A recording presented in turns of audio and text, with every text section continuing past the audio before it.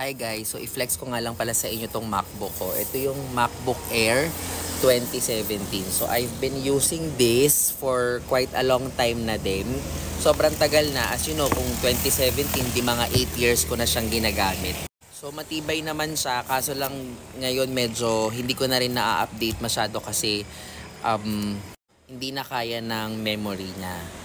Pero hindi ako bumibili talaga ng mga bagong MacBook or bagong laptop. Di rin ako nag-update ng phone.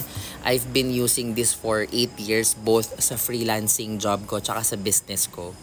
So ayun nga, hindi ako nakakapagpalit ng mga gadgets tsaka ng laptop ko sa work ko. Talagang pinagtsatsagaan ko siya.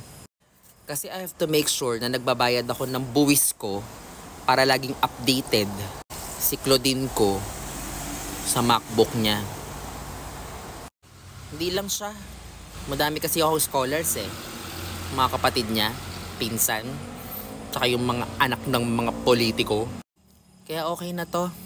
Tamang pagtitiis para mayroon akong pang-ayuda sa inyo. Huh?